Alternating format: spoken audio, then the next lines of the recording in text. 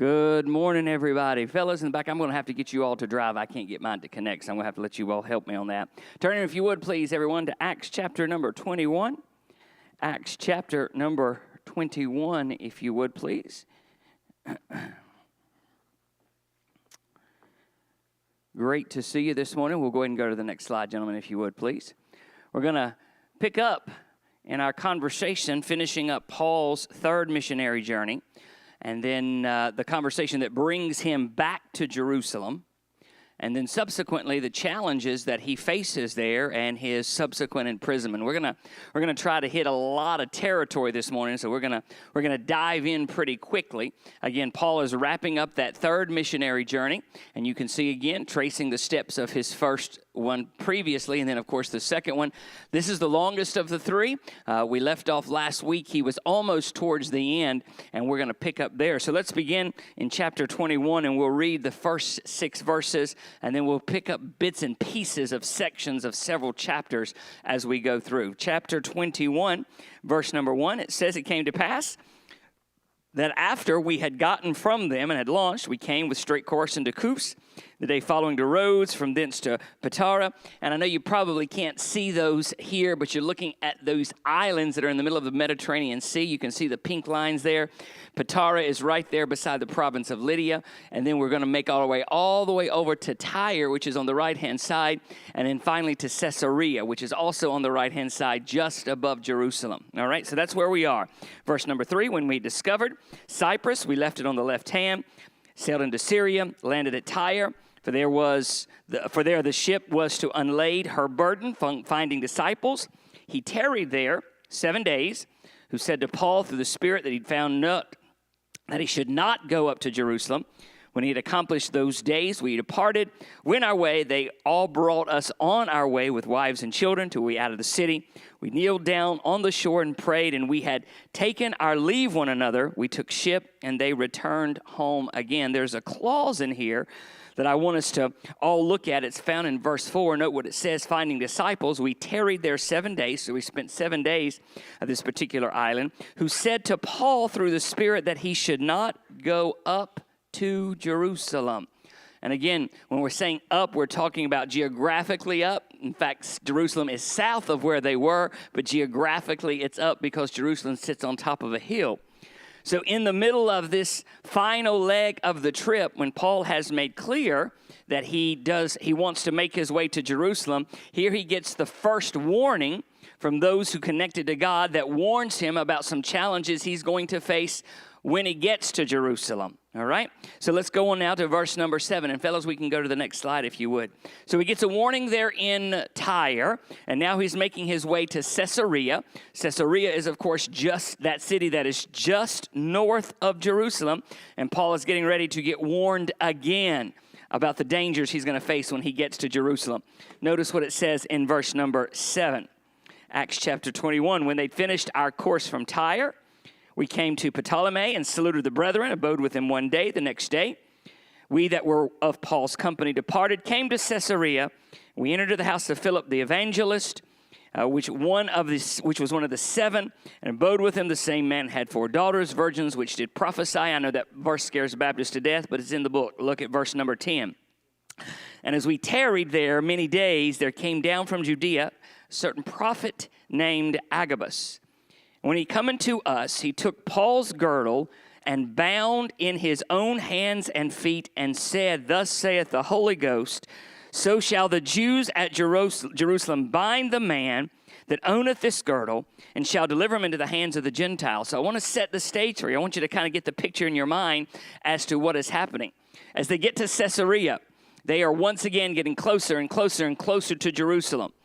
Which you see in this particular instance is a prophet that we've not met before named Agabus comes in. And while he's there in Caesarea, he takes Paul's girdle. That means his belt. Now, think about how strange this would be if someone came up to you and took your belt off.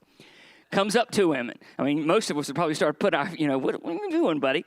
But Agabus grabs Paul's girdle, which is his belt, ties it around his own waist and his hands, and says that God has revealed to him that whoever's girdle, whoever's belt he has will be bound when he gets to Jerusalem. This is now the second time that Paul has been warned about the dangers that await him at Jerusalem. Well, let's pause a moment and ask ourselves, what's going on? What's the big deal? Why is there so much danger in Jerusalem? Remember now, Jerusalem is still the capital city for Israel, the Jewish life, the Jewish center. Though their headquarters of missions outreach had been Antioch, Jerusalem is still the capital city. And this idea of the Judaizers has once again reared its head in a very sizable way. So the church is now still being divided over whether or not Gentiles had to become Jews first before they could become Christians. And those that held to the doctrine of the Judaizers, which is a significant population of the Jews, are really once again rallying against Paul. So this is coming down to a spiritual dividing line. Those that were on one side of the Judaizer ideology and those on the other side of the Judaizer ideology, and those that believed against what Paul was teaching were, think about this for just a moment, were ready to see him executed. Can you imagine? Can you imagine? Let me pause a moment and say something to all of us, folks. We see this happening all the time in our Baptist circles, where we divide over things that are not doctrinal, and suddenly we start shooting each other instead of shooting the enemy. What you're going to see happen in Jerusalem, you know, most of you have been in church, you know that Paul gets imprisoned, you know he gets bound, and he stands trial, multiple trials. We'll look at as many as we can this morning.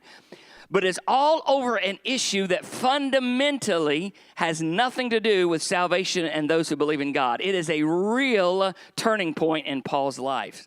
Let's keep going. Can we go to the next slide, please, fellas? Let's jump down, if you would, please, to verse 14.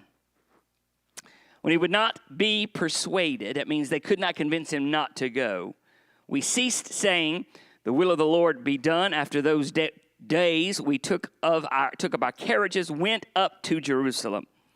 Then went with us also certain of the disciples of Caesarea, brought with them one Nason of Cyprus, an old disciple with whom we should lodge. When we came to Jerusalem, the brethren received us gladly. That's certainly a positive step, isn't it? They got to Jerusalem. The brethren, that means the Christians, the disciples, the believers, those that love God, received Paul gladly. And if the story stopped there, it'd be great. We could celebrate. Paul's finally come back home. It's been years now since Paul's been at Jerusalem. And ideally what should happen is he should be giving a report of all the souls that have been saved, lives that have been transformed, the incredible works of the last 3 mission trips that have been now in excess of 12 years that he's been out leading folks to God. That should be what he's talking about. But that's not what happens. Notice what happens in verse number 18. The day following, Paul went in with us unto James, and all the elders were present. When we had saluted them, he declared us particularly what things God had wrought among the Gentiles by his ministry. I hope you're catching that. Now Paul starts giving a report of what God has done and the blessings that God has done and how so many lives have been transformed, the souls that have been saved, the churches that have been established.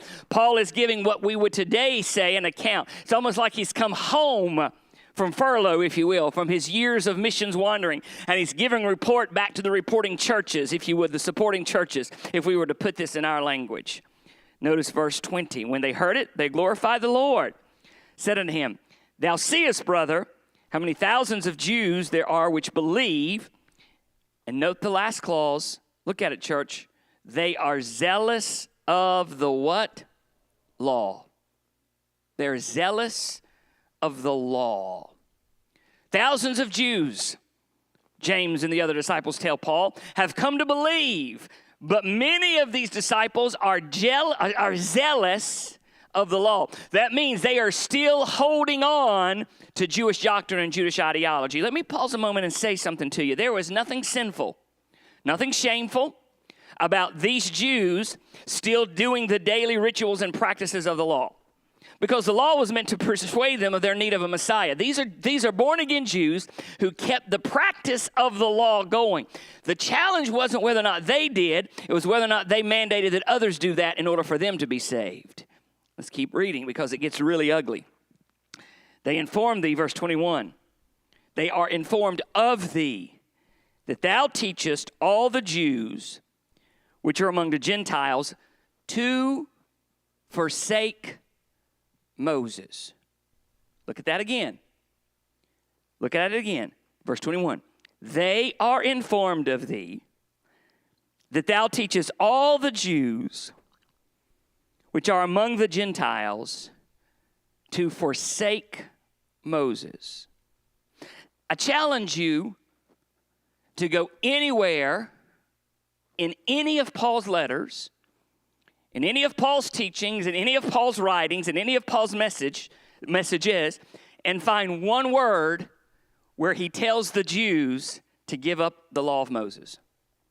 Not once does he tell them that they should forsake it. The book of Hebrews, if it is indeed written by Paul, and most scholars believe it is, I also believe that it is all about how Christ is the fulfillment of the law. And in no word does he ever tell the Jews that they have to give up the law. If they want to keep the dietary restrictions, have at it. If they want to continue to bring in sacrifice, have at it. But what Paul reminds them of is all of that was pointing to the Messiah, and the Messiah has come in the form of Jesus Christ. He never tells them, stop partaking of the law. His message is actually to the Gentiles that you don't have to keep the law in order to know Jesus Christ. So hear me. This shouldn't surprise any of us. The rumor that's being spread about Paul that will lead to his imprisonment is in fact a lie.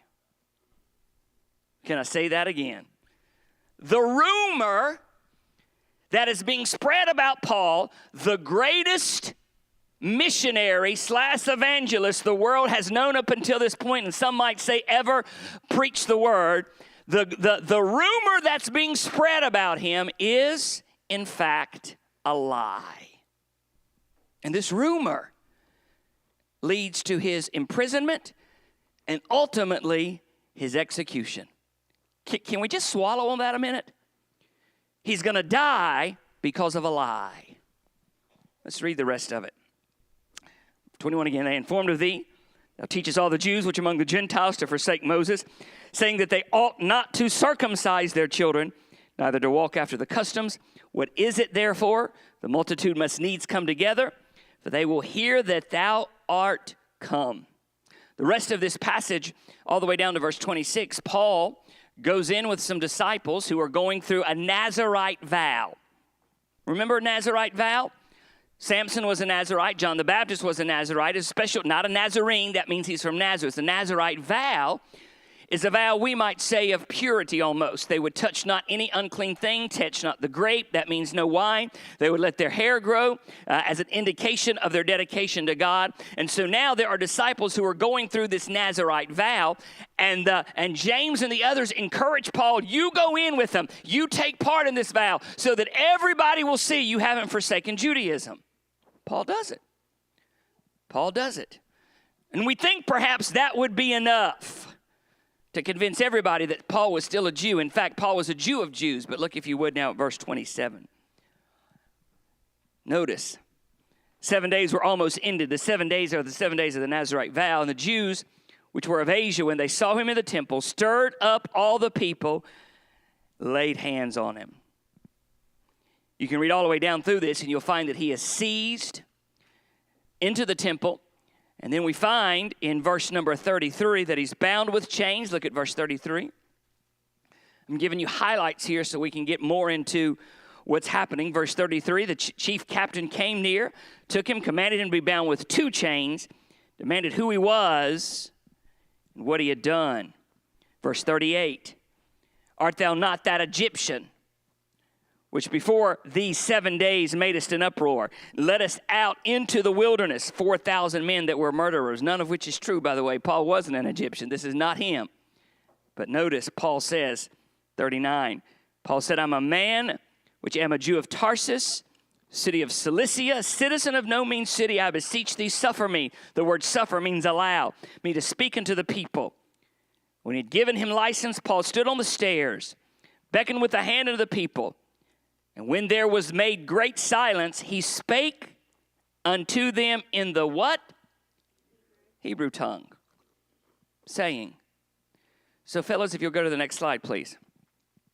what happens next is Paul, having been seized by the guards, goes into the temple.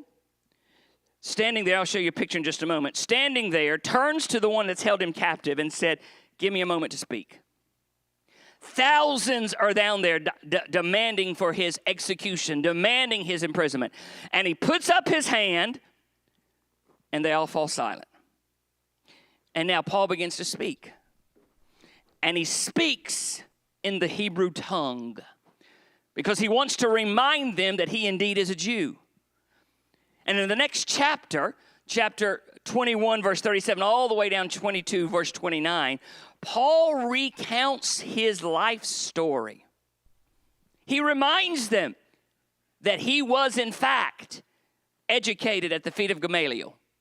He reminds them that he wasn't just a Jew, he was a Jewish scholar. He reminds them that he was the most adherent, the most vocal adherent to the Jewish law. And then he talks about his experience on the Damascus Road. He recounts all of this in this chapter. He reminds all of them where he was when God found him and who he is today. Can I pause a moment and say to all of us, that's the greatest testimony that anybody has in this room.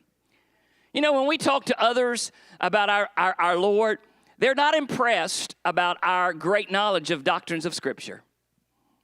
I'm convinced that when you are trying to share your faith with someone else, they don't care if you're pre-trib, mid-trib, post-trib. They don't know what trib is, and most folks in here don't know what trib is, what trib they are. Premillennial, post-millennial, you don't need to know all of that. What you need to know and what they're most interested in is where you were when God found you, what he's done for you, and where you are today. That's the greatest testimony any of us have. That's what Paul tries to do. But it doesn't work. The more he speaks, the angrier they get. When I went into higher ed administration, a great mentor of the faith, a great mentor told me something that was followed up by a mentor of faith who told me the same thing. When you're in ministry or when you're in administration, two things to keep in mind. Don't complain and never explain. What do you mean by that? Because when the crowd has turned against you, the more you complain and the more you try to explain, the deeper the hole gets. It's just the way it is. Just the reality of it. The more we complain, the more we try to explain, the deeper the hole gets. So what do? You just rise above it all. You become that eagle who mounts up and rises above the storm. Let the storm and the melee keep going down on or under you. You just rise above it and watch what he can do with you. Let's keep reading. Go, if you would, please, now. Chapter 23. Let's actually go back to 22. I want to read verse number 25. A couple of things I want to show you there. They bound him with thongs. Paul said unto the centurion that stood by, "Is it lawful for you to scourge a man that is a," what's that word? Roman. This, by the way, is the first time Paul speaks up and says, "Hey, fellows, wait a minute. You're getting ready to whip me." He's already been smacked. I'll show you in a minute. Paul says, "Hey, wait a minute. You're getting ready to whip me. Do you realize that I am also not just a Jew, I am also a Roman?" And listen, this changes everything. Romans could do whatever they wanted to non-Romans, but they could not do whatever they wanted to another Roman citizen. Roman citizens, this doesn't sit in our modern ideology today, but Roman citizens had rights that non-Roman citizens didn't. And so Paul says in verse 25 that he's a Roman. When the centurion heard that, he went and told the chief captain and saying, "Take heed that thou doest, for this man is a Roman." Jump down to verse 30. On the morrow, because he would have known the certainty wherefore he was accused, loosed him from his bands, commanded the chief priests and all their council to appear. Paul brought Paul down and set him before them. Would you go to the next slide, please, fellas? This means that now, instead of having Paul before all of the congregation, the mob, the crowd, he goes before the Sanhedrin. The Sanhedrin. And I want to remind you who the Sanhedrin are, where they reside, and what Paul's getting ready to do. We're now back at the Roman temple, Herod's temple, the temple that Herod created for the Jews, a monstrous structure. And interestingly, this has come full circle because this is where Acts started. Remember? This is where the church in its infancy began. So Paul is back once again. You can see over on kind of the middle of the page, it's called the Chamber of Hewn Stone, which is the meeting place of the Sanhedrin. Next slide, fellas, if you would. So now, Paul is no longer in a legal trial. He's in a religious trial. The Sanhedrin had no authority over legal matters. They had authority over Jewish spiritual matters. It's altogether different. So now, Paul is plopped right down in the middle of the Sanhedrin. There are 70 counselors. And just like today, it's a poor analogy, but I hope you'll understand. Kind of like our Senate or our United States House of Representatives. You have 100 senators. You've got the House of Representatives, but they're not a unified body. They're divided. Do we ever know that? They're divided. You understand that in the Senate, it's a 50-50 split right now, evenly divided. One of the few times in American history where it's been a 50-50 split, allowing, of course, for the vice president to cast the tie vote on any legislation, which has happened just this past week. And you understand that Senate doesn't speak with a common voice. They are divided against each other, two parties. Here you've got two parties as well. They're not Democrat and Republican. They're Pharisees and Sadducees. And those two parties don't get along.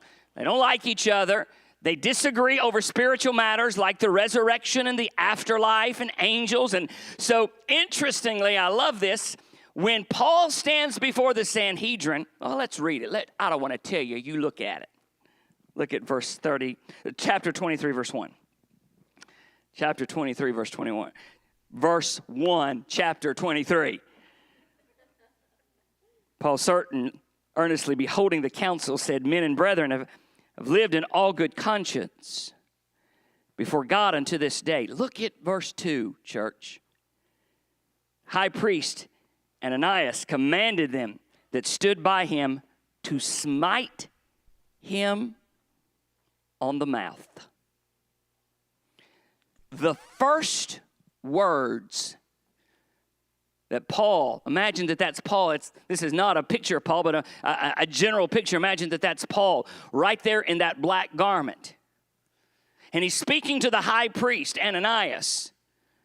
And he says, I am a Jew all of my life. And before he gets anything else out of his mouth, the high priest turns to the guard and says, bust him upside the face. And the guard does it. Turns and slaps Paul right upside the face. Now, let's be honest, folks. If you're Paul, what's your first reaction? Slap him back. Don't look at me like I'm unspiritual. You know that's what you think. Bust him right upside the head. But Paul doesn't. Astoundingly, Paul keeps his cool, and all the way down, Paul begins to talk about his life, and Paul is so smart. He turns this on them. If you would please, look at verse 6. When Paul perceived that one part were Sadducees, that means one part of the council, Sanhedrin, one part were Sadducees and the other Pharisees, he cried out in the council, Men and brethren, I'm a Pharisee, the son of a Pharisee.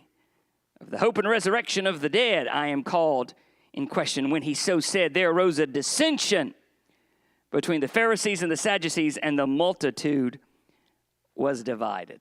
Paul is so smart. So smart. He knows, and there's a lesson here for all of us, folks. I'm going to say it again. He knows that there is nothing he's going to say that's going to get them on his side. Can I pause again and say, sometimes we face that very same thing, church. Again, we face those times where you can't explain, you can't complain. And so Paul turns the battle on them. He says, I'm a Pharisee, fellas. My daddy was a Pharisee. I'm the son of a Pharisee, and I believe in the doctrine of the Pharisees. And you keep reading, and the moment he said that, the Pharisee said, yeah, Paul. And the Sadducee says, wait a minute, you got to be kidding. And now Paul steps back, and they start going against each other. Read the chapter. It is now no longer about Paul. It's about the Pharisees and the Sadducees. And Paul steps back, and